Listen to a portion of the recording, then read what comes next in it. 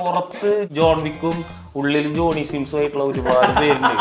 നമ്മളകത്തും Johnny സിംസും പുറത്തും പുറത്തുള്ള ഒരു ഫ്രണ്ട് പെൺകുട്ടി പറഞ്ഞിട്ട് മുറി അടച്ച് വാതിൽ കുറ്റിയിട്ടാ മലയാളിയൊക്കെ വൃത്തിയാട്ടാൻ അറിയില്ല. പറയാത്ത അധ്യായങ്ങൾ ഇടയ്ക്കിടയ്ക്ക് പറയാറുണ്ടോ? എന്റെ ഇപ്പൊ കുറച്ചു മുമ്പ് പറഞ്ഞില്ലേ, ഏതൊരു പെൺകുട്ടി പറഞ്ഞു. ഏത് പെൺകുട്ടി അത്? കല്യാണത്തിന്റെ തലേന്നും കൂടെ എന്നോട് പറഞ്ഞു വേണോ, അവൻ മാനസിക രോഗി വേണ്ടെന്ന് പറഞ്ഞു. പക്ഷെ അന്ന് എനിക്ക് ട്രൂ ലവ് ആയിരുന്നു. ഞാൻ പെമ്പിള്ളേരായിട്ട് വർത്താനം പറയാനാ ഒരു വക പരിപാടിക്ക് ഞാൻ പോയിരുന്നില്ല. ഔട്ടായി കഴിഞ്ഞ് കളിയാക്കി കഴിഞ്ഞാലൊക്കെ സ്റ്റമ്പ് കൊടുത്തടിക്കും. ഇവര് കമ്പി ചെറുപ്പത്തിൽ കുത്തിയിറക്കിയ കാലിന്റെ പാടൊക്കെ ഉണ്ട് ഇവിടെ. അന്ന് ഞാൻ നെഞ്ഞും വെച്ചാൽ നെഞ്ഞത്തോട് കയറി പുറത്തു കൂടെ വന്നിട്ട് കട്ടപ്പ കുത്തിയിരിക്കണ ഇങ്ങനെ ഇരിക്കണോ. അങ്ങനെ ഞങ്ങളുടെ അക്രമം അങ്ങോട്ട് കൂടി തുടങ്ങിയപ്പോഴാണ് എന്റെ മമ്മി നേരെ ഡാഡിനെ ഗൾഫിൽ നിന്ന് വിളിച്ചു. ഇവര് അച്ഛനെ കുവൈറ്റ് യുദ്ധം പേടിച്ചിട്ടാണ് ഇവിടെ വന്നത്. വീട്ടുകാർക്ക് പഠിക്കാൻ വിട്ടാലുണ്ടായ ഗുണം സർക്കാർ സ്കൂളായിട്ട് 5 കിലോ അരി ഞാൻ മേടിച്ചു കൊടുക്കും. എന്നെ വീട്ടിൽ നിന്ന് വിളിപ്പിച്ച് പീസ് വീടി പിടിച്ചു. ഞങ്ങൾക്ക് ഗവൺമെന്റ് ജോലി കുറെ പേര് PSC കോച്ചിങ് പോയി, അവർക്ക് വരെ കിട്ടിയില്ല. പിന്നെ നിങ്ങൾക്ക് ഞാൻ ആലോചിക്കും, എനിക്കൊരു പെൺകുട്ടിയാണെങ്കിൽ എന്നെ പോലെ ഒത്തിരി കെട്ടിച്ചു കൊടുക്കുന്നുണ്ട്. ഞാൻ അങ്ങനെ പ്രപ്പോസലൊന്നും അവനെ വിഷം വെച്ചിട്ടുള്ളൂ. ഞാൻ കേൾക്കാത്തതും ചിന്തിക്കാത്ത കാര്യങ്ങൾ ഞാൻ കല്യാണത്തിന് ശേഷം മാത്രമാണ് അറിഞ്ഞു തുടങ്ങിയത്. നമ്മുടെ ചാനലിൽ കുട്ടുവോ പറയണെന്ന് വെച്ചാൽ പഴയ ഗിരിജ തിയേറ്റർ നല്ല ചേച്ചിക്ക് വിട്ട അമ്പു. ചേച്ചി പറഞ്ഞു ഇനി ഒരു ഇന്റർവ്യൂവിലും അതിനെ പറ്റി പറയുന്നത്. 5 വയസ്സുള്ള കുട്ടി വരെ ചോദിച്ചോ അങ്ങനെ വല്ലതും ഉണ്ടോ? മകൻ എന്തെങ്കിലും ഒരു കാര്യത്തിൽ ഉപദേശിക്കാൻ പറ്റുമോ? ലോകത്താരെ പോലെയായാലും സ്വന്തം വാട്സാപ്പ് വഴി ഇംഗ്ലീഷ് പഠിക്കാൻ ഇംഗ്ലീഷ് കഫേ ഉള്ളപ്പോൾ ഇംഗ്ലീഷ് ഒരു വിഷയമേ അല്ല. English cafe presents you the perfect English. English cafe, we present you the perfect English. WhatsApp now 9633888575. വെയിലത്ത് ഗ്രൗണ്ടിലൂടെ ഓടി എന്റെ തലയും മുഖവും ഒക്കെ കഷായക്കലം ഈ അടുപ്പത്ത് വെച്ചതുപോലെ കറുത്തു എന്ന് പറയാൻ ഒരു തൃശ്ശൂർകാരന് മാത്രമേ സാധിക്കൂ. അയാൾക്ക് മാത്രമേ അങ്ങനെ ഒരു ഹാസ്യഭാവം തലയിൽ വരികയുള്ളൂ. പറയുന്നത് പെരിങ്ങാണ്ടൂർ സിറ്റിയിൽ ഞാൻ കേട്ടൊരു തമാശ കൗണ്ടറിനെ പറ്റിയാണ്. പെരിങ്ങാണ്ടൂർ സിറ്റിയുടെ ഒരു ഇന്റർവ്യൂ ആണ് മൂവി വേൾഡ് മീഡിയയിലൂടെ ഇപ്പൊ നമ്മൾ നടത്താനായിട്ട് പോകുന്നത്. നമസ്കാരം, നിങ്ങളുടെ ടീമിന് മൂവി വേൾഡ് മീഡിയയിലേക്ക് സ്വാഗതം. ഞാനൊരുപാട് ആസ്വദിച്ചിട്ടുണ്ട് നിങ്ങളുടെ തമാശകൾ. കാരണം തൃശ്ശൂരിന്റെ തനതായിട്ടുള്ള ഒരു ബാക്കിംഗ് ഉള്ള തമാശ അതുവരെയും യൂട്യൂബ് സ്പേസിലൊന്നും ഉണ്ടായിരുന്നില്ല. പ്രത്യേകിച്ച് നമ്മളൊക്കെ നമ്മുടെ നാട്ടിൽ സ്ഥിരമായിട്ട് പറയുന്നത്, ഞാൻ തൃശ്ശൂരുകാരനാണ്, അപ്പൊ സ്ഥിരമായിട്ട് പറയുന്നത് അതിനാണ് ഈ അടുപ്പത്തിരിക്കുന്ന കഷായക്കലം, അതുപോലെ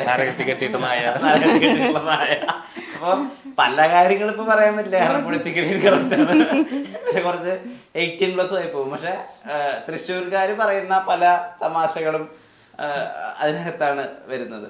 ഈ എന്റെ അറിവില് ആദ്യമായിട്ട് ക്ലിക്ക് ആവുന്നത് ഈ സ്വപ്ന തിയേറ്ററിന്റെ അവിടെ നിന്ന് മുത്തശ്ശനെ കളഞ്ഞു പോയ ആദ്യം ഞങ്ങൾ ക്ലിക്ക് ആവണമെന്ന് പറഞ്ഞാൽ ഫസ്റ്റ് വീഡിയോ, സോഷ്യൽ മീഡിയയിൽ ഹിറ്റായ ഫസ്റ്റ് വീഡിയോ ഞാൻ എങ്ങനെ ജോലി കിട്ടിയെന്നുള്ളൊരു വീഡിയോ വ്ളോഗ് പോലെ ചെയ്തു വെറുതെ നിന്നിട്ട്. അത് ഞങ്ങൾ രാത്രി പോസ്റ്റ് ചെയ്ത് കാലത്ത് നമ്മൾക്ക് 1 ലക്ഷം വ്യൂ ആയി, ചാനൽ ഒരു 10-15,000 സബ്സ്ക്രൈബേഴ്സ് ആയി. അതാണ് ഫസ്റ്റ് ക്ലിക്ക് ആവണ വീഡിയോ. അത് കഴിഞ്ഞ് നമുക്ക് ഇങ്ങനെ ഒരു ചാനൽ ഉണ്ട് എന്നൊക്കെ അറിയപ്പെട്ടത് ഞങ്ങളൊരു ക്രിക്കറ്റുകളുടെ വീഡിയോ ചെയ്തു. അത് ഇതുപോലെ ഒരു 8-9 ലക്ഷം വ്യൂ ആയി, കുറെ സിനിമാക്കാര് കണ്ടു. അത് ശരി. ആക്ച്വലി ആ ക്രിക്കറ്റുകളുടെ ഒരു വീഡിയോമാണ് അതായത് നമുക്കിങ്ങനെ ഒരു കാര്യം കൂടി ചെയ്യാം എന്നൊരു കോൺഫിഡൻസ് വന്നത്. പിന്നെ കുറെ കാര്യങ്ങൾ, അതായത് അതാണ് സത്യം പറഞ്ഞാൽ നമ്മളാരും കോണ്ടന്റ് ക്രിയേറ്റേഴ്സ് അല്ല, അതാദ്യം തന്നെ പറയാം. നമ്മളെല്ലാവരും ഇൻഡിവിജ്വലി വേറെ പ്രൊഫഷണലി വർക്ക് ചെയ്യുന്നവരാണ്. നമുക്കിങ്ങനെ എന്തെങ്കിലും എന്റർടൈൻമെന്റ് കൂടി ചെയ്യാം. കാരണം എല്ലാവരും നല്ല വർക്ക് പ്രഷർ ഉള്ളവരാണ്. അതിൽ ഉള്ള മെയിൻ റോൾ, അല്ലെങ്കിൽ ഞങ്ങളുടെ ഈ ചാനലിന്റെ നട്ടല്ലി എന്നൊക്കെ പറയുമ്പോൾ രാഹുൽ എന്ന് പറഞ്ഞ ഞങ്ങളുടെ ഫ്രണ്ടാണ്. പുള്ളി ഇതിലില്ല. അപ്പൊ അവനാണ് അതിൽ ഏറ്റവും കൂടുതൽ കാര്യം ചെയ്തത്. അപ്പൊ അവൻ തന്നെയാണ് അതിന്റെ ഏറ്റവും കൂടുതൽ എഫേർട്ട് എടുത്തതും അതിന്റെ എഡിറ്റ് ചെയ്തതും എല്ലാ പരിപാടിയും ഒക്കെ അവൻ തന്നെ ചെയ്തത്. അപ്പൊ അവൻ ഒരു അക്കൗണ്ടന്റ് ആണ്. അപ്പൊ അവൻ അതിന്റെ വർക്ക് പ്രഷർ ഉണ്ട്. ഞാൻ പോലീസിലാണ്, എനിക്ക് എന്റെ വർക്ക് പ്രഷർ ഉണ്ട്. ഇവള് സൈക്കോളജിസ്റ്റ്, ഇവളില്ലെന്ന്. ഇവളെന്ന് പറഞ്ഞ കഥാപാത്രത്തിന് എനിക്കതില്ല, ഒരു കണക്ഷൻ ഇല്ല. ജിതിൻ ചേട്ടൻ അന്ന് ഞങ്ങൾക്ക് അറിയാം. ജിതിൻ ചേട്ടൻ എന്റെ സീനിയറായി പഠിച്ചാണ്. പുള്ളി ഒരു ഡ്രാമ ആക്ടറൊക്കെ ആയിരുന്നു.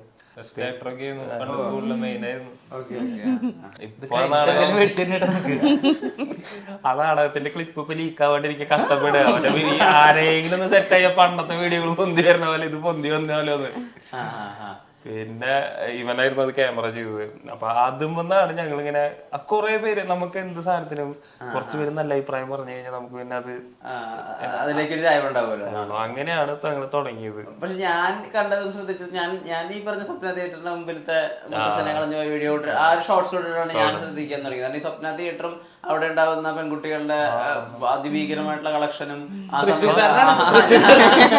അപ്പൊ ആ സമയത്ത് വഴിതെറ്റി പോകുന്ന ചെറുപ്പക്കാരും നമ്മുടെയും സ്ഥിരമായിട്ടുള്ള ചർച്ചകളുടെ ഒരു ഏരിയ ആയിരുന്നു. തിയേറ്ററിനെ പോയി ഇപ്പൊ അതെ, കുറെ കാലം വാഴത്തോട്ടമായിരുന്നു.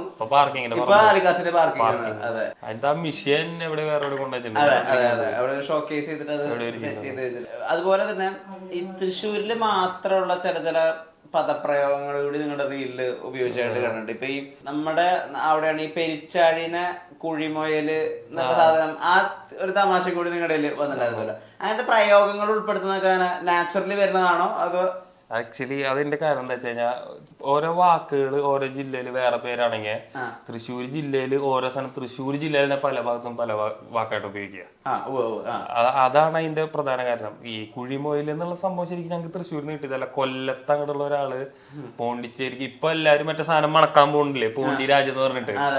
പണ്ടൊരു കാലത്ത് പോണ്ടിച്ചേരി പോണവർക്ക് അവിടെ മെയിൻ ആയിട്ട് ഇങ്ങനത്തെ കുറെ ഫുഡുകള്, ഈ കാട്ടു ഫുഡുകൾ കുറെ അറിഞ്ഞു. അപ്പൊ അങ്ങനെ കുഴിമൊയില് പോയി പടച്ചു എന്ന് പറഞ്ഞിട്ട് ഇവിടെ വന്ന് തള്ളി. കുഴിമൊയില് നല്ല പടം പടച്ചു. പിന്നാലെ പോയവരൊക്കെ കിണ്ണി. അവസാനം ഇതൊക്കെ കഴിഞ്ഞിട്ട് പിന്നത്തെ ഒരു ബാച്ച് പോയി വന്നപ്പോഴാണ് പറഞ്ഞത് കുഴിമൊയിൽ എന്ന് പറഞ്ഞ സാധനം പെരിച്ചാഴിയാന്ന്. നമ്മുടെ കൂട്ട ഛർദി ആയിരുന്നു. അതായത് പ്രസവപാട് തോറ്റു പോകുന്ന പറഞ്ഞ് പഠിക്കാൻ പോളല്ലേ, അത്ര അധികം ഛർദി. അപ്പൊ അന്നാണ് ഈ സംഭവം കഥ പുറത്തു വരുന്നത്.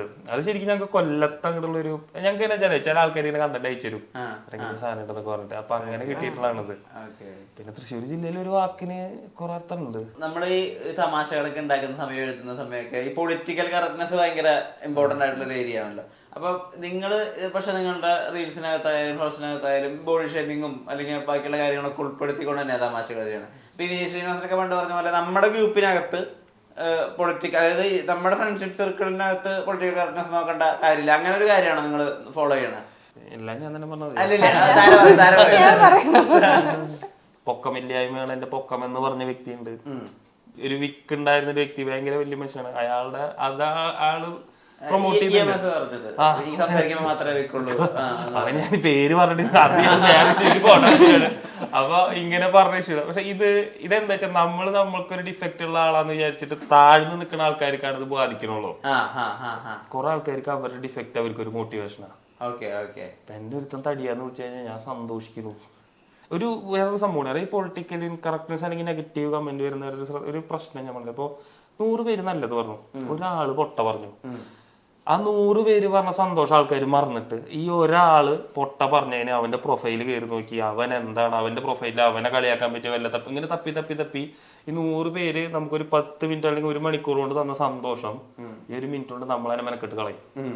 ഞാൻ ചിന്തിക്കുമ്പോ എന്ത് പണ്ടത്തെ ദിലീപ് കോമഡികൾ തമാശ പറയില്ല, എത്ര ബോഡി ഷെയ്മിങ് ഉണ്ട്, എത്ര ആൾക്കാർ കണ്ടു ചിരിച്ചിട്ടില്ലേ. ഇപ്പൊ മീശ മാധവനില് മറ്റേ സരസുവിന്റെ വീട്ടിൽ അരിയും പഞ്ചാരി പഠിക്കാൻ പോണത് ഇന്നാണെങ്കിൽ നടീനെ എന്നൊക്കെ പറഞ്ഞു പോവത്. കാലം മാറിയിച്ചിട്ട് അന്നത്തെ കാലത്ത് ജീവിച്ചിരിക്കണവര് ആസ്വദിച്ചാൽ മതി, ഇത് ഉള്ളവര് ആസ്വദിക്കണ്ട, അത്രയും ഉള്ളൂ.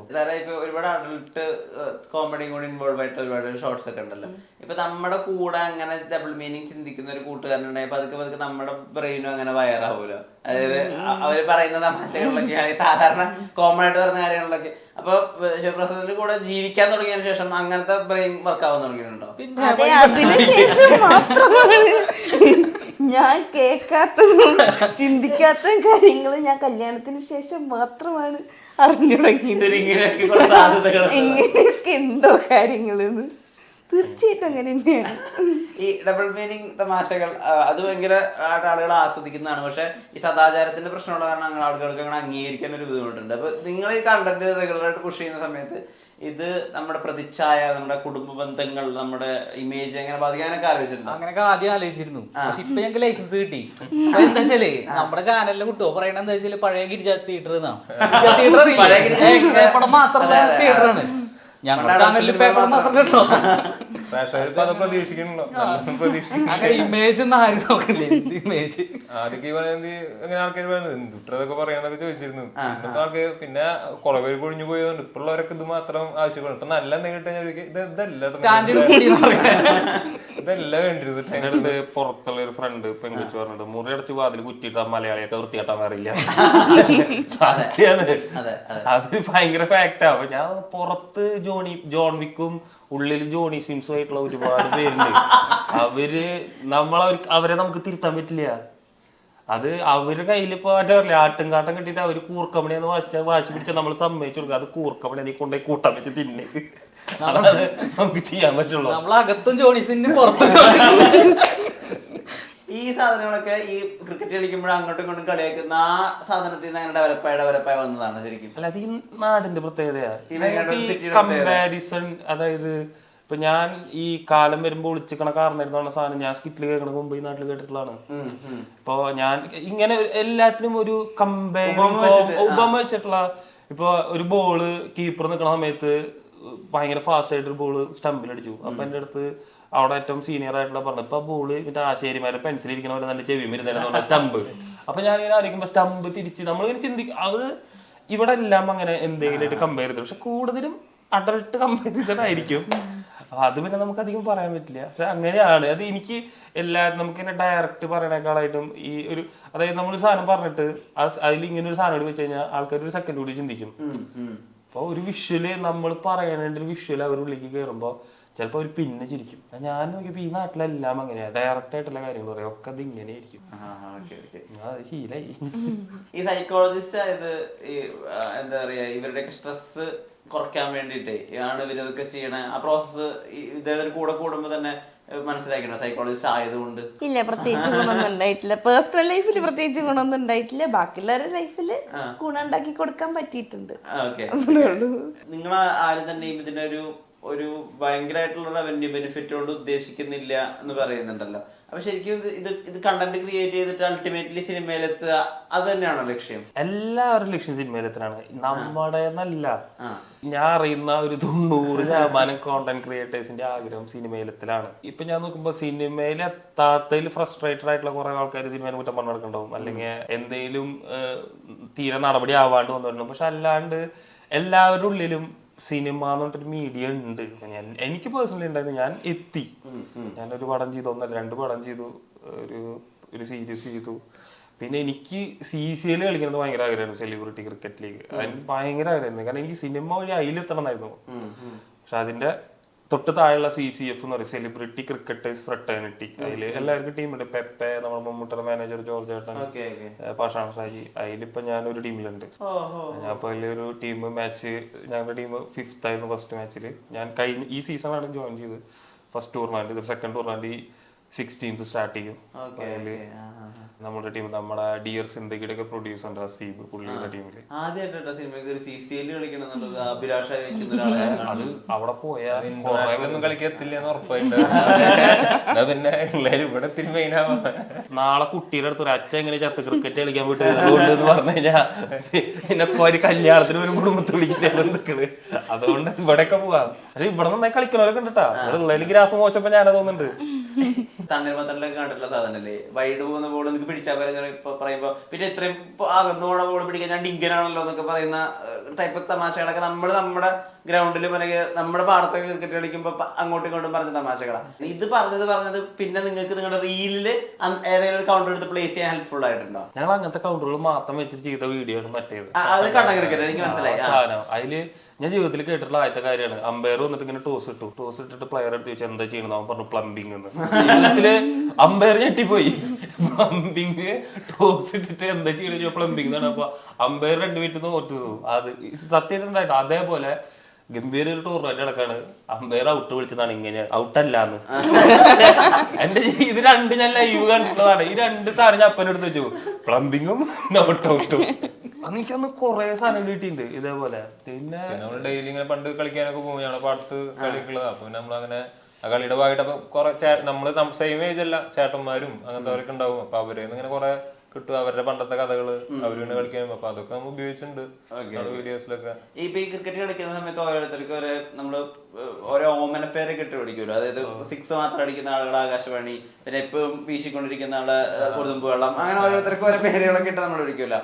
മാങ്ങേറിയുന്ന വലിക്കോന്ന് എന്നൊക്കെ പറഞ്ഞിട്ട് നമ്മള് നമ്മുടെ നാട്ടിൽ നമ്മൾ മറ്റേ അതിൽ ഉൾപ്പെടുത്തിണ്ട്. അതുപോലെ ബോൾ ചെയ്യാൻ പരിചയം ചിലപ്പോ എല്ലാവരും ബന്ധുക്കളെ കളിക്കാൻ വരുമല്ലോ. ഇപ്പൊ വെക്കേഷൻ ഒക്കെ കഴിഞ്ഞാൽ അപ്പൊ അവര് വന്നിട്ട് കളിക്കുന്നൊക്കെ പറയും. ബോൾ ചെയ്യാൻ കൊടുത്ത് ഞാൻ ഓടി വന്നിട്ട് ഇപ്പൊ നല്ല മാങ്ങേറാവും. അപ്പൊ അത് ഞങ്ങള് പറയുന്നുണ്ട്, അത് ഈ ഏറ് ഇവിടെ വിക്കറ്റ് മിക്കല്ല അപ്പുറത്തും അത് ഞങ്ങള് വീഡിയോയില് ഇട്ടിട്ടുണ്ട്.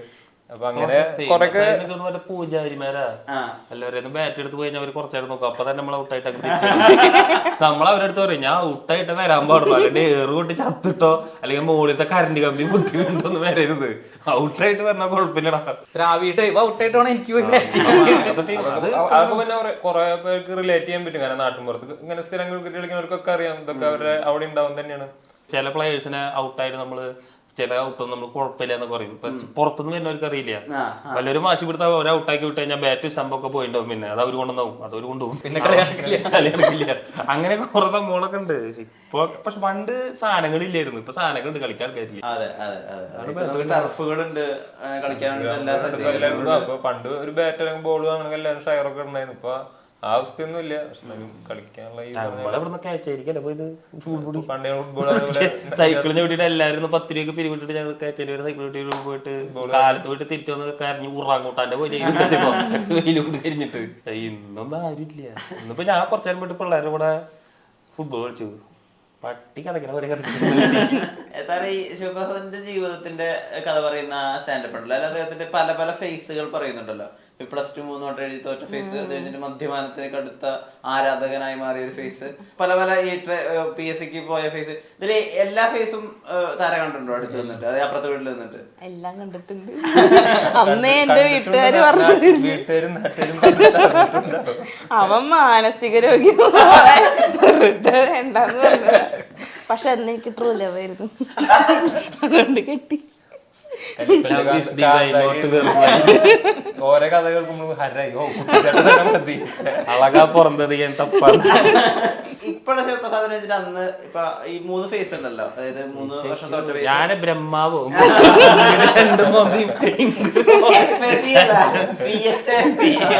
അപ്പൊ ഈ ഇതിൽ 3-ല് ആ മദ്യപാനത്തിന് അടിമയായിട്ടുള്ള ശിവപ്രസാദ് ഉണ്ടായിരുന്നു. അതായത് PSCക്ക് വേണ്ടി കഠിനമായി പഠിക്കുന്ന ഒരാളായിരുന്നു. +2 തോറ്റൊരു ശിവപ്രസാദ്. ഇതിൽ ഏതായിരുന്നു ഇപ്പത്തെ വെച്ചിട്ട് നല്ല വേർഷൻ? ഞങ്ങൾ ഒരുമിച്ച് പഠിപ്പൊക്കെ ഉണ്ടായിരുന്നു. ഞങ്ങൾ ഒരുമിച്ച് പഠിച്ച് ഞങ്ങള് പഠിച്ചത് ഒരുമിച്ച്. ഞങ്ങൾ ഒരു സ്കൂളിലിരുന്ന് പരീക്ഷ എഴുതിയിട്ടുണ്ട്. ഞങ്ങൾ പോലീസിന്റെ എക്സാം ഒരു സ്കൂളിൽ ഞങ്ങൾ ഒരു സ്കൂളിൽ എഴുതിയത്. ഞാനും ഒരുമിച്ച് ഒരു ഡിസ്ട്രിക്ട് പോലീസിൽ വന്ന ഒരു ഗ്രൗണ്ടില് ഫിസിക്കൽ ടെസ്റ്റ് ഒരേ ദിവസം വന്നു. ഇവൻ റോപ്പിന്റെ മുകളിൽ നിലത്തേക്ക് വീണു, കൈയൊക്കെ ഒടിഞ്ഞ് മറ്റേ പൂരത്തിന് വിളക്കും കാര്യം പോണ പോലെ ഇങ്ങനെ പോയിട്ട് 10 കൈമ കെട്ടിട്ട് ഞാൻ നോക്കുമ്പോ പൂരത്തിന് ഒരു ആനയുടെ ഫ്രണ്ടിൽ വിളക്കും കാര്യം പോലും 5 എണ്ണം ഇങ്ങനെ പോട്ടൊരാള് എങ്കടാ അയ്യൊന്നും പറ്റിയെന്ന്.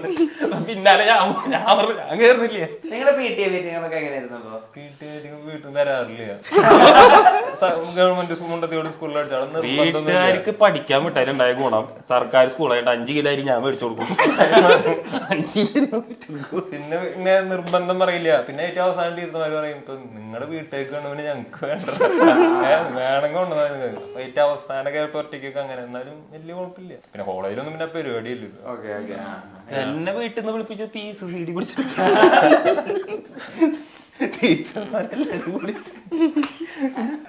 ഇപ്പൊ അച്ഛനാവാൻ പോവാണല്ലോ, മകൻ എന്തെങ്കിലും ഒരു കാര്യത്തിൽ ഉപദേശിക്കാൻ പറ്റുമോ? ലോകത്താരെ പോലെയായാലും സ്വന്തം അച്ഛൻ.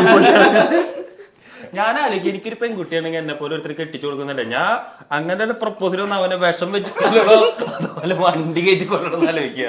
ഇപ്പൊ എന്റെ മകള് വന്നിട്ട് പറയണത് അച്ഛനെ പോലെ ഒരു ചെക്കനെ എനിക്ക് കിട്ടിയെന്ന് പറയാം. നാളെ തന്നെ അവന് ചോറിൽ വിഷം വെച്ചു കൊടുക്കും, ഒന്നും നോക്കണ്ട. അതെ, ഇന്നും കൂടെ കുറച്ച് മുമ്പ് വിളിച്ചിട്ട് വന്നുള്ളൂ. വീട്ടിലെ അങ്ങോട്ട് മാറ്റാൻ പറ്റില്ല.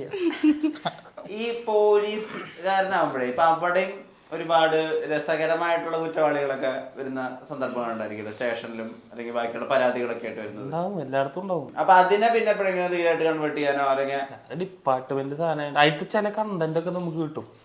അപ്പൊ അങ്ങനെയൊക്കെ വെച്ചിട്ടൊക്കെ ചിലപ്പോ ഫോർ എക്സാമ്പിൾ ഇപ്പോ കഷ്ടപ്പെട്ട് മാല പൊട്ടിച്ച് പണയം വെച്ചിട്ട് അത് മുക്കുകൊണ്ടായിരുന്നു. മുക്കുകൊണ്ടം പണയം വെച്ച കേസിന് റിമാൻഡ് ആയിട്ട് പൊട്ടിച്ച മാലയാ. എന്നിട്ട് അപ്പൊ അത് ഞങ്ങൾ പണ്ടെപ്പോഴും വീഡിയോ ചെയ്തിട്ടില്ല. പിന്നെ പക്ഷെ അധികം നമ്മൾ അയിമ തൊട്ടിട്ട് തുടർന്നിട്ടാണല്ലോ, അതൊരു സൈഡിൽ കൂടെ ഷെഡിട്ട് പോകുന്നുണ്ട്. പിന്നെ നമ്മൾ ഇങ്ങനെ ഒരു അതല്ലാണ്ട് തന്നെ നമുക്ക് ഈ സൈഡിൽ നിന്നുണ്ട്. പിന്നെ ഞങ്ങളെല്ലാവരും നിൽക്കുമ്പോൾ ഞങ്ങൾ ആരിപ്പോ ഇതിപ്പോ ഇന്റർവ്യൂകൾ കഴിഞ്ഞ 2-3 ഇന്റർവ്യൂ കൂടെ ആട്ടാ പോലീസ് എന്നുള്ള എന്റെ പ്രൊഫഷൻ റിവീൽ ആയത്. അല്ലെങ്കിൽ അതും ഇല്ലേ. ശരിക്കും അപ്പൊ ഇത്രയും കൂളായിട്ടുള്ള ശിവപ്രസാദിനെ പോലെ ഒന്ന് പറഞ്ഞാൽ തമാശയൊക്കെ പറയുന്ന പോലീസുകാർ ശരിക്കും ഫോഴ്സിനകത്ത് ഉണ്ടോ? 90% അങ്ങനെയാ. ഞാനൊരു കാര്യം പറയട്ടെ, നമ്മള് എപ്പോഴും ഞാൻ ഒരു ഫോർ എക്സാമ്പിൾ ഞാൻ പറയാം. ഒരു നമ്മൾ കേൾക്കുന്ന അല്ലെങ്കിൽ പോലീസ് എന്ന് പറയട്ടെ, ഏത് ഡിപ്പാർട്ട്മെന്റ്, എന്റെ കുടുംബത്തെ തന്നെ എടുത്തു കഴിഞ്ഞാൽ 10 വർഷം ഉണ്ടാവും. 50 എടുത്താൽ 10 വർഷമായിരിക്കും. പക്ഷെ ആ കുടുംബത്തിനെ റെപ്രസെന്റ് ചെയ്യപ്പെടുക 10 പേരിട്ടാവും. അതൊരു വലിയൊരു നെഗറ്റീവ് ഒരു കാര്യമാണ്. പക്ഷെ കൂടുതലും ഞാൻ നോക്കിയത് ഞാൻ എന്റെ വർക്കിന്റെ ഡിപ്പാർട്ട്മെന്റ് സത്യം പറഞ്ഞ പൊക്കിയടി പറയുന്നില്ല. ഞാൻ ഇപ്പൊ 8 കൊല്ലത്തെ സർവീസായി. എനിക്ക് പേഴ്സണലി ഒരു മോളിന്ന് ഒരു ബുദ്ധിമുട്ടാണ് പ്രശ്നം ഉണ്ടായിട്ട്. അപ്പൊ എന്റെ അടുത്ത് കുറെ പേര് പറഞ്ഞത് ചിലപ്പോ എന്നെ 10 പേര് അറിയുന്നതുകൊണ്ട്. പക്ഷെ അതുകൊണ്ടല്ല കേട്ടോ, ഞാൻ കുറെ പേരായിട്ട് എനിക്ക് തോന്നുന്നു ഇതെല്ലാ ജില്ലകളിലായിട്ടുള്ള ആൾക്കാർ വരെ എനിക്ക് ബന്ധപ്പെട്ട്. കാരണം ഒന്നാമത് ഞാൻ വർക്ക് ചെയ്യുന്നത് 14 ജില്ലക്കാരും വർക്ക് ചെയ്യുന്ന ക്യാമ്പിലായിരുന്നു ഒരു 6 കൊല്ലമായിട്ട്. അപ്പൊ അതിലൊക്കെ നോക്കിയെടുത്തോളം എന്നാ 1-2 ഇതൊക്കെ പറയുന്നത് പോലീസ് ആണെങ്കിലും പട്ടാളാണെങ്കിലും ഡോക്ടറാണെങ്കിലും ഇവരൊക്കെ ബേസിക്കലി മനുഷ്യന്മാരാ. ഇവരുടെ നേച്ചർ ഡിസൈൻ ചെയ്യണത് ഒരിക്കലും ആ ഒരു ഫോഴ്സോ അല്ലെങ്കിൽ ആ ജോലിയല്ല. ഇവരുടെ നാട്, ഇവരുടെ ഫാമിലി ഒരു കൂറാലി സെറ്റപ്പ് എന്ന് വന്ന് നിർത്താം. എല്ലാ വക തൊട്ടിത്തരം കയ്യിലുള്ള ഒരുത്തം വന്നിട്ട് പോലീസായിട്ട് അവൻ നന്നാവണം എന്ന് പറഞ്ഞാൽ നടക്കൂ? നടക്കില്ല. അവന്റെ മേത്ത് ആ സാധനം ഉണ്ടായിരിക്കും. ഇതേപോലെയാണ്. അപ്പൊ ഇതേപോലത്തെ 4-5 പേര് എന്തെങ്കിലും ഒപ്പിക്കും. മൊത്തത്തിൽ ആൾക്കാർക്ക് ഒരു ചിന്ത വന്നു, എന്ത് ഡിപ്പാർട്ട്മെന്റ് ഭയങ്കര ഇങ്ങനത്തെ ആൾക്കാരാണെന്ന്. ഇത് ഈ ഇടയ്ക്ക് ഒരു മീറ്റപ്പും പരിപാടിക്ക് വരുമ്പോൾ പറയാം, എത്ര ഞാൻ നോക്കിയത്ര നല്ല ക്രിക്കറ്റ് പ്ലേയേഴ്സ് ഉണ്ട്, ഫുട്ബോൾ പ്ലേയേഴ്സ് ഉണ്ട്, മിമിക്രി ആർട്ടിസ്റ്റുണ്ട്, സിംഗേഴ്സ് ഉണ്ട്, സിനിമാക്കാർ. എനിക്കൊന്ന് വേറൊരു മേഖലയിൽ ഇത്രയും ഇങ്ങനെ വൈഡായിട്ട് ഡിസ്ട്രിബ്യൂഷൻ നടത്തിയ ഒരു ഡിപ്പാർട്ട്മെന്റ് ഉണ്ടാവില്ല. എല്ലായിടത്തേക്കും സപ്ലൈ ചെയ്തിട്ടുണ്ട്. എപ്പോഴെങ്കിലും ഈ ഫോഴ്സ് ചെയ്യുന്നതിനൊക്കെ തൊട്ട് മുമ്പ് വരെ, അതായത് PSC പഠിക്കുന്നതിനൊക്കെ തൊട്ട് മുമ്പ് എപ്പോഴെങ്കിലും ഇദ്ദേഹം പോലീസുകാരനാവും നിങ്ങൾ വിചാരിച്ചിട്ടുണ്ടോ ചെറുപ്പത്തില്? ഞങ്ങളുടെ നാട്ടിൽ തന്നെ ഞങ്ങൾക്ക് ഉണ്ടെങ്കിൽ ഗവൺമെന്റ് ജോലി കിട്ടുന്ന കുറെ പേര് PSC കോച്ചിന് പോയി, അവർക്ക് വരെ കിട്ടിയില്ല. പിന്നെ ഞങ്ങൾക്ക് അതായത് അവസ്ഥ. പോലീസ് ഞങ്ങൾക്ക് ഗവൺമെന്റ് ജോലി കിട്ടുന്ന ഞങ്ങൾ എന്തെങ്കിലും ജോലി കിട്ടുന്നുള്ള ഇതാകുമ്പോ വേറെ ഇന്റർവ്യൂ കാര്യങ്ങളൊന്നും ഇല്ലല്ലോ. കുറെ കാണാപ്പഴം പഠിക്കുക, പരീക്ഷ എഴുതിയ കിട്ടിട്ട് കയറി ജോലി സെറ്റ്. അവർക്ക് വരെ കിട്ടി. പക്ഷെ ഞങ്ങളല്ലാടാ, ഞങ്ങളന്ന് പഠിച്ച ആ 4 നമ്മൾ എത്ര പേര് പഠിച്ചു എല്ലാരും കിട്ടിയിട്ടുണ്ട്. ഞങ്ങളൊരു ടീമായിരുന്നു പഠിച്ചു, എല്ലാരും കയറി. ഞാൻ പോലീസിൽ കയറി, ഇവൻ LD ക്ലർക്ക്, പ്രിജി എന്ന് പറഞ്ഞ ഫ്രണ്ട് ഉണ്ടായിരുന്നു, അവൻ പോലീസിൽ കയറി. എല്ലാവരും ഓരോതിൽ കയറി. ഇദ്ദേഹത്തിന്റെ ഈ ഇതിലായാലും ഷോർട്സിലെ പല പല കണ്ടന്റുകളായിട്ടും അവർ സ്റ്റാൻഡപ്പ് ആയിട്ടൊക്കെ ഈ പണ്ടത്തെ പാസ്റ്റ് ജീവിതവും അതേപോലെ വീരോചിത കഥകളൊക്കെ പറയുന്നത് കേട്ടിട്ടുണ്ട്.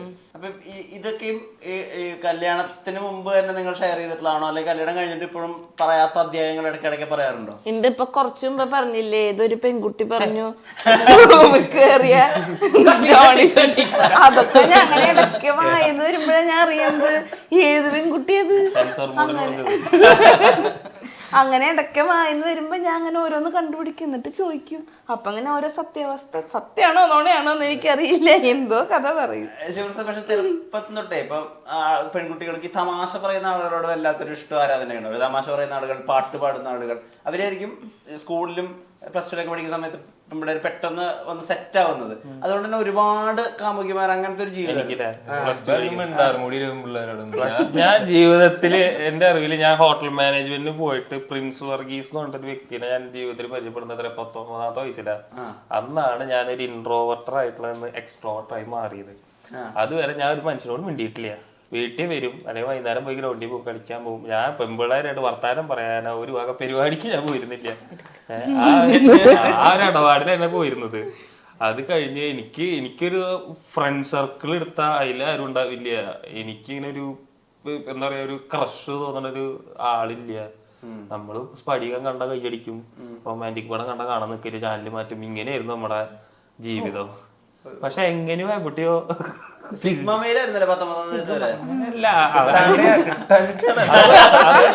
അതും പ്രധാനം. അത് ഒന്നാമത്തെ ഇതിന്റെ വഴിയറിയില്ല, ഇങ്ങനെ പോടം ഏത്. പിന്നെ ഞാൻ പറഞ്ഞു, ഞാൻ എന്റെ സ്കൂളിൽ ഞാൻ +2 പഠിക്കുന്നവരെ ഏറ്റവും വലിപ്പമുള്ള ആള് ഞാനാ. ആകെ മുഖക്കുരു. എനിക്ക് തന്നെ ഒരുപാട് കോംപ്ലക്സുകൾ ഇങ്ങനെ വന്ന് അങ്ങനെയാണ് നടക്കണ്ടായിരുന്നത്. പിന്നെ പഠിപ്പിൽ ഏറ്റവും മോശം. വേറൊരു വീഡിയോയിൽ ഞാൻ പറഞ്ഞതാണ്, ഞാൻ ഇവിടുന്ന് നാട് വിട്ടുപോയിട്ടുള്ളതാണ്. ഇവിടുന്ന് IPS ഇവിടുന്ന് മോട്ടർ അടിച്ച് മറ്റു കേസിലൊക്കെ വിട്ടിട്ടൊക്കെ. അപ്പൊ അങ്ങനെ കുറച്ചൊക്കെ ഉണ്ടായിട്ട് അപ്പൊ എനിക്ക് കുറെ കോംപ്ലക്സ് ആയിരുന്നു എന്റെ ജീവിതം. പിന്നെ ഇതൊക്കെ കഴിഞ്ഞ് ഞാൻ ഈ മലാല യൂസഫ് സായി പറഞ്ഞ പോലെ ഒരു പേന, ഒരു പുസ്തകം, ഒരു അധ്യാപകം ചെയ്തു അതിലൊരാളെ കൂടി ഐഡിയ വേണേ നമുക്ക് നമ്മുടെ നല്ലൊരു സുഹൃത്ത് എന്ന് പറയാം. അങ്ങനെ ഞാൻ മീറ്റ് ചെയ്തൊരു ഫ്രണ്ട് ഉണ്ട്, പ്രിൻസ് വർഗീസ് പറഞ്ഞിട്ട്. അവൻ ഹോട്ടൽ മാനേജർ. ഞാനും +2 തോറ്റു, അവനും +2 തോറ്റു വന്നു. സേ ചെയ്ത് ഞാനും തോറ്റു, അവനും തോറ്റു. ഞങ്ങൾ രണ്ടുപേരും ഗോവയ്ക്ക് ഒരുമിച്ച് വണ്ടി കയറിപ്പോയി. ഗോവ സിനിമ കണ്ടിട്ട് നേരെ ഇന്റേൺഷിപ്പിന് അവിടെ ചെന്നിട്ട് ഞങ്ങൾ രണ്ടുപേരും ചെന്നിട്ട് ഒരു ടേബിൾ മാറ്റിയിടുന്ന സമയത്ത് ടേബിൾ നിലത്തുകൊണ്ട് പൊട്ടി. അപ്പൊ അവിടത്തെ ആള് പറഞ്ഞു ടേബിളിന് പൈസ കൊടുത്ത് പോണെന്ന് പറഞ്ഞു. ഞാൻ രാത്രി ഗോവയിൽ മുങ്ങി. അവൻ വിട്ടു. അവൻ ഇന്ന്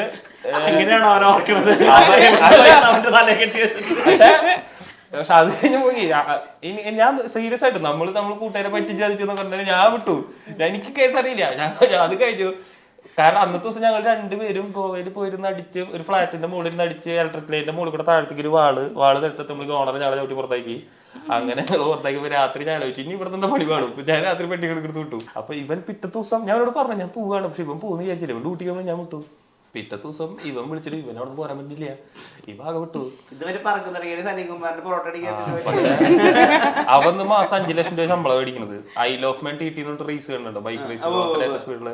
ആ ഐലൻഡിലെ ഏറ്റവും വലിയൊരു റെസ്റ്റോറന്റിലെ എക്സിക്യൂട്ടീവ് ഷെഫാണ് അവൻ.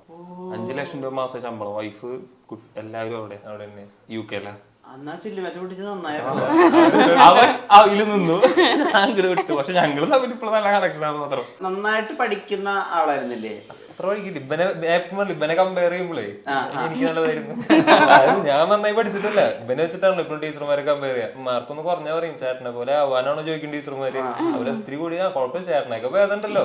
ഇവനെ ചേട്ടനെ കണ്ട ടീച്ചർമാര് അവന്റെ അനിയെന്ന് പ്രതീക്ഷിക്കുമ്പോ അവർക്ക് ഗ്രാഫ് ഏകദേശം ലെവലാവൂലോ. പക്ഷെ ആ ലെവലല്ലാത്തോണ്ട് നമുക്ക് വലിയ കുഴപ്പമുണ്ടായിരുന്നില്ലേ. ഞങ്ങള് സ്ഥിരം അടി ചെയ്യുന്ന അച്ഛൻ ഗൾഫിൽ നിന്ന് വന്ന് നിന്നത് കമ്പി ചെറുപ്പത്തിൽ കുത്തിയിറക്കിയ കാലിന്റെ പാടൊക്കെ ഇവിടെ അത് വലിച്ചെറിഞ്ഞു. അത് ഉണ്ടായിരുന്നു. അന്ന് ഞാൻ നെഞ്ഞും വെച്ചാൽ നെഞ്ഞത്തോട് കയറി പുറത്തു കൂടെ വന്നിട്ട് കട്ടപ്പ കുത്തിയിരിക്കണ ഇങ്ങനെ ഇരിക്കണോ. അഞ്ഞില് ഒരു തവള ഷോക്ക് അടിച്ച് വെള്ളത്തിലിരിക്കും. ഭാഗ്യത്തിന് ഞാൻ പിന്നിക്കൂടി ഇപ്പൊ അത് കാലിന്റെ കുത്തി കയറി. പിന്നെ ഞാൻ സ്റ്റമ്പ് എടുത്ത് ഔട്ടായി കഴിഞ്ഞ കളിയാക്കി കഴിഞ്ഞാലൊക്കെ സ്റ്റമ്പ് എടുത്തടിക്കും. അങ്ങനെ ഞങ്ങളുടെ അക്രമം അങ്ങോട്ട് കൂടി തുടങ്ങിയപ്പോഴാണ് എന്റെ മമ്മി നേരെ ഡാഡിനെ ഗൾഫിൽ നിന്ന് വിളിച്ചു. ഒന്നുള്ളൂ അങ്ങനെ നാട്ടിൽ വന്നത്. ശരിക്കും അണ്ണൻ തമ്പി സെറ്റപ്പ് ആയിരുന്നു. ഇവര് അച്ഛനെ കുവൈറ്റ് യുദ്ധം പേടിച്ചിട്ടാണ് ഇവിടെ വന്നത്. പിന്നെ നാട്ടില് അയാൾക്ക് കസേര തല്ലി വിളിക്കുക അങ്ങനെയൊക്കെ. വാതിലുകളൊന്നും വാതിലൊന്നും അടയില്ല എന്ന് പറഞ്ഞാൽ മതി. ഒക്കെ അതേപോലെ തള്ളി അടി വരുമ്പോ പുറത്തുനിന്നുള്ള ഭയങ്കര ഫാസ്റ്റ് ഉണ്ട്. എത്ര പറഞ്ഞു കല്യാണത്തിന്റെ തലേന്നും കൂടെ എന്നോട് പറഞ്ഞു വേണോ. പക്ഷെ ട്രൂ ലവ് എന്താ ശരിക്കും ട്രൂ ആയിട്ട് ലവ് ചെയ്യാൻ ഇയാളിൽ കണ്ടത്? സൗന്ദര്യം അല്ലാതെ സൗന്ദര്യം അല്ല. എന്റെ അടുത്ത് പെരുമാറുമ്പോ ഭയങ്കര നീറ്റ് ആയിരുന്നു, മോളൂ എന്നൊക്കെ വിളിച്ചിട്ട്. അപ്പൊ ഞാൻ അതിൽ വീണ് അതുണ്ടായത് ശരിക്കും. പക്ഷെ ഇങ്ങനെ പാസ്റ്റ് ഉണ്ടെന്നൊന്നും എനിക്ക് അറിയില്ലായിരുന്നു. ശരിക്കും വീട്ടുകാർക്ക് അറിയണ്ടായിരുന്നു, പക്ഷെ എനിക്ക് കാര്യമായിട്ട് അറിയണ്ടായിരുന്നില്ല. അതിനെ പറ്റിപ്പോയത്. സർക്കാർ ജോലി ഒരു ആശ്വാസമാണ്. അങ്ങനെ തോന്നിയിരുന്നു? സർക്കാർ ജോലി കൊറേ കഴിഞ്ഞിട്ടാ കിട്ടിയത്. അതുവരെ എനിക്ക് ജോലി പോയിട്ട് പഠിക്കാൻ പോലെ ഞാൻ പോയിട്ടില്ല. അന്ന് വിളിക്കത്ര 13 വയസ്സൊക്കെ ഉണ്ടാവും.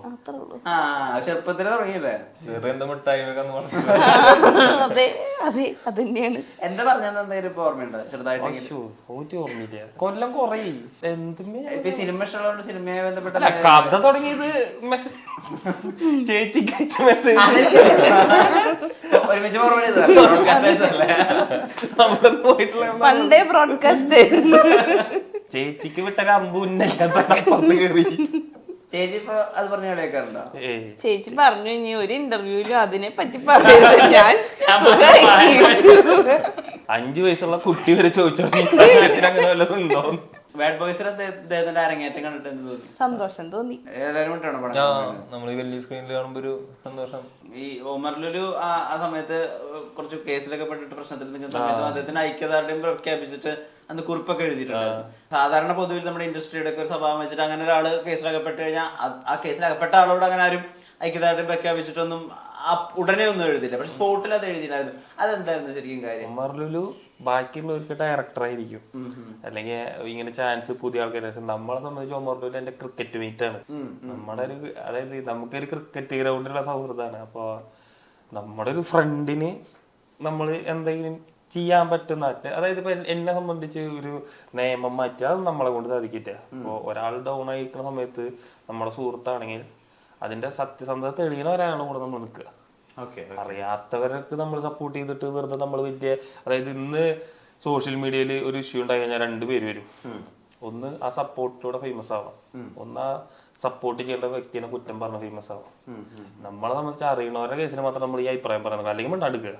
അല്ലാത്തവരടുത്ത് നമ്മൾ ഈ അറിയണവരെ നമ്മൾ സപ്പോർട്ട് ആ ഒരു ഇതുള്ളൂ. അല്ലാണ്ട് അതിലിപ്പോ കൂടുതൽ നിയമവശം അങ്ങനെ ഇങ്ങനെയൊന്നും ചിന്തിക്കാൻ ചിന്തിച്ചിട്ടില്ല. ഒരു ഫ്രണ്ടിനോട് കാണിക്കണ ഒരു സ്നേഹം, ആ ഒരു സാധനം. ബാഡ് ബോയ്സിന് ശേഷം പിന്നെ ഒരു സിനിമയും കൂടി ചെയ്തു അല്ലേ? ഒരെണ്ണം ചെയ്തു, ഫേസസ് എന്ന് പറഞ്ഞിട്ട്. അത് നീലേഷ് ഇ കെ എന്നിട്ട് പുതിയ ഡയറക്ടർ, മറ്റേ കലേഷ്, മറ്റേ കലേഷ് അതന്നെ. അതിലൊരു 2-3 സീൻസ് ഉണ്ട്. Short film. പിന്നെ ഇപ്പൊ ഒരു അബ്ബാമിന്റെ ഒരു വെബ് സീരീസ് ചെയ്തു, സാരംഗ്, മറ്റേ ബാഡ് ബോയ്സിനെ റൈറ്റർ ഡയറക്ട് ചെയ്തു. ഈ സെലിബ്രിറ്റീസ് അല്ലെങ്കിൽ ഫിലിമിൽ നിൽക്കുന്ന ആളുകൾ തന്നെ നിങ്ങൾ ആക്റ്റീവായിട്ട് കണ്ടന്റ് ചെയ്തിരുന്നല്ലോ, തുരിതുരാന്നുള്ളത്. ആ സമയത്ത് അങ്ങനെ വിളിക്കുക, മെസ്സേജ് അയക്കുക, അങ്ങനെ എന്തെങ്കിലും ചെയ്തിട്ടുണ്ടോ? അല്ല, എനിക്ക് മെസ്സേജ് അയക്കുന്നുണ്ട്. അതെ, മറ്റേ അമീർ നിയാസ് ഇല്ലേ, അമീർ നിയാസ് എനിക്ക് മെസ്സേജ് അയക്കുന്ന. പിന്നെ ഞാൻ ഇവരൊക്കെ എന്നെ അറിയുന്നത് ഈ CCF സെലിബ്രിറ്റി ക്രിക്കറ്റ് ഫ്രട്ടേണിറ്റി കളിക്കാൻ പോയപ്പോഴാണ്.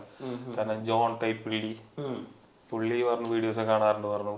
ഞെട്ടിപ്പോയത് ഞാൻ കണ്ടത്, ഞാനൊരു സ്പ്രേ കമ്പനിയുടെ ഇനോഗ്രേഷൻ പോയപ്പോ എന്റെ അടുത്ത് ഹനീഫ് അദാനി വന്നിട്ട് പറഞ്ഞു, ശിവപ്രസാദ് ഞാൻ വീഡിയോസ് ഒക്കെ കാണാറുണ്ട്. അപ്പൊ എനിക്ക് ഹനീഫ് അദാനിയുടെ മുഖം, കാരണം നമ്മൾ ആരും ഹനീഫ് അദാനി എന്നുള്ള വ്യക്തിയുടെ മുഖം കണ്ടിട്ടില്ല. അപ്പൊ ഈ മാർക്കോ എന്ന് പറഞ്ഞ പടം ഇറങ്ങണവരെ ഇപ്പൊ ഇയാൾ ഫ്രണ്ട് വന്ന് അറിയില്ല. ഇപ്പൊ ഫോർ എക്സാമ്പിൾ ഇപ്പൊ ബോബി ചെമ്മണ്ണൂരിനെ അറിയണവരെ ബാക്കി എത്ര ജ്വല്ലറി, ഭീമ ജ്വല്ലറിയുടെ ഓണർ കൂടെ വന്നിരുന്ന ചിലപ്പോ നമ്മൾ ഇന്ത്യന്ന് കൊടുക്കില്ല, അറിയില്ല. അതെ, ഇതേപോലെ ഹനീഫ് അദാനി എന്ന് പറഞ്ഞാൽ ഇനി അറിയും. അപ്പൊ എനിക്ക് സത്യം പറഞ്ഞാൽ പുള്ളിയുടെ മുഖം ഓർമ്മയില്ല. അപ്പൊ ഇങ്ങനെ വിളിച്ച് സംസാരിക്കും, ഞാൻ ഞെട്ടിപ്പോയി. അത് കഴിഞ്ഞിട്ട് ഞാൻ ആളുടെ ചോദിക്കാൻ പറ്റില്ലല്ലോ, പിന്നെയാണ് ഞാനത് പുള്ളി ഹനീഫ് അദാനിയാണ്. ഇത്രയും ഹമ്പിളായിട്ട് ഞാൻ ഇന്റർവ്യൂ ബുദ്ധനെ നമുക്ക് ഓർമ്മയില്ല, അതുപോലത്തെ ഒരു മനുഷ്യൻ ചെയ്തു വെച്ച പടം മാർക്കോ. എങ്ങനെയാണ് 2 എൻഡ് എന്നാണ്. അത് ഞാൻ ഭയങ്കര ഞെട്ടിയൊരു റെസ്പോൺസ് ആയിരുന്നു. ഈ മാർക്കോ താര കണ്ടിരുന്നോ? ഇല്ലേ? അല്ല, ഈ ഒരു അവസ്ഥയിൽ മാർക്കോ കാണാൻ പറ്റില്ല. ആദ്യം തന്നെ ഞാൻ പറഞ്ഞിട്ടുണ്ടായിരുന്നു.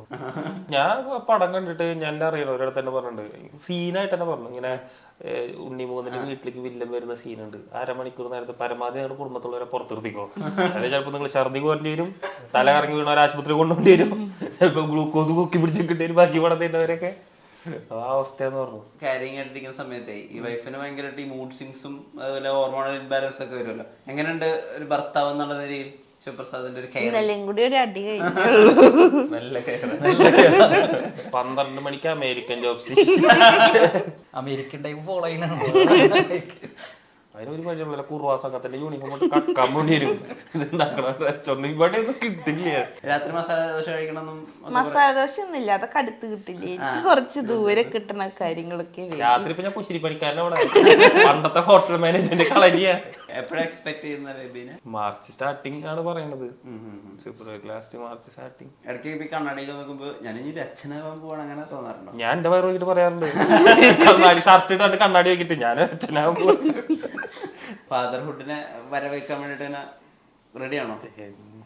എനിക്ക് സത്യം പറഞ്ഞ പ്രത്യേകിച്ച് വ്യത്യസ്തത തോന്നണില്ല. ഞാൻ ഈ നടന്മാരൊക്കെ മക്കളായി അതിന്റെ ഭയങ്കര അവസ്ഥകൾ എനിക്കറിയില്ല. ചിലപ്പോൾ ഇനി കുട്ടി ആയ ശേഷം, കാരണം ഇവരുടെയൊക്കെ ഈ അവസ്ഥകളൊക്കെ പറയുമ്പോൾ ഇങ്ങനെ അങ്ങനെയാണ് ഇങ്ങനെയാണ് ഭയങ്കര അതുണ്ടായി ഇതുണ്ടായി. ഞാനിപ്പോഴും ഡെയിലി വൈകുന്നേരം ക്രിക്കറ്റ് കളിക്കാൻ പോകണു, ഇപ്പോഴും പിള്ളേരുടെ സിനിമയ്ക്ക് പോകണു, ബാക്കി പരിപാടികളൊക്കെ നടക്കണു, എല്ലാ പണിക്കും നടക്കണു. ഒരു മാറ്റം എന്റെ ജീവിതത്തിൽ വരുന്നില്ല. ഇവളുടെ ചില വേഷം കെട്ടുകൾ കേൾക്കുന്നുണ്ട്, ആ വേഷം കെട്ടുകളും ജീവിതത്തിൽ മാറ്റം വരുന്നുള്ളൂ. അത് മുമ്പുണ്ട്, അത് പിന്നെ സൈഡിൽ കൂടെ നടന്നു.